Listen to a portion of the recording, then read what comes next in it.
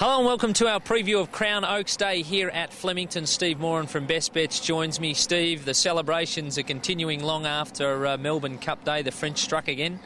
Yes, fantastic Melbourne Cup, narrowest margin of course, and Dunedin prevailing very narrowly over Red Cadeau.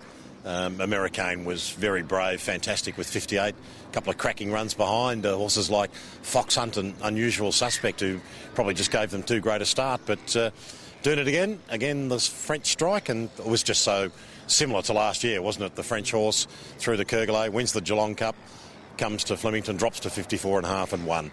And great cup today, great cup. All right, let's have a look at our preview of Thursday's action here at Flemington. Now, of course, with the withdrawal of Atlantic Jewel from the Crown Oaks, we've got something to think about now. We thought it was easy. Got to do some work. Probably good for turnover.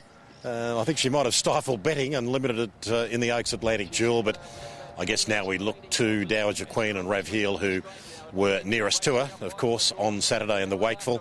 And I think the Mick Kent pair will both run very well, Victoria and Pentimento. The blinkers go on Pentimento.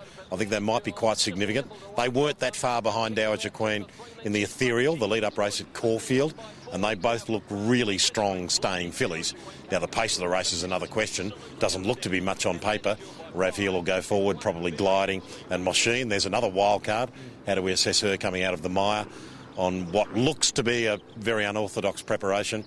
But I think the value in the race is the two Michael Kent trained runners, Victoria and Pentimento, just ahead of Dowager Queen and Rav Heel. All right, there's Steve's thoughts on the Oaks. Have you got a best bet for us? Best bet I thought was Proliferate for Mick Price. We've seen this horse twice. Came from the tail to win on debut, and then a little problem with the saddle shifting forward second run. So had to be let run, basically sat on the speed and was too good. Looks a seriously promising horse. That's in the Maya Spring Fashion Stakes. Race 7, in fact, I thought there were only two winning chances in the race, Proliferate and Tora, and I lent pretty clearly to Proliferate. All right, what about your best each way for us? Well, I see this similarly, Sean. I think there's three good betting races on the day. The other is the Greys race. King Cobweb won the race last year. Very similar prep this time around. Probably would love a drop of rain or two. I think he's the best